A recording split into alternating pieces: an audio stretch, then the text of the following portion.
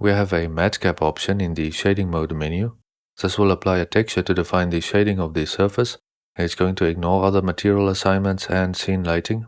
In Houdini, we have MatCap Shaded and MatCap Wireframe, which will draw the wireframe over the shaded surface.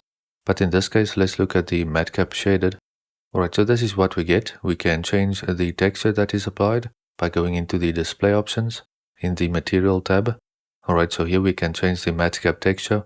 Houdini comes with 3 of these. Let's go into your directory where Houdini is installed.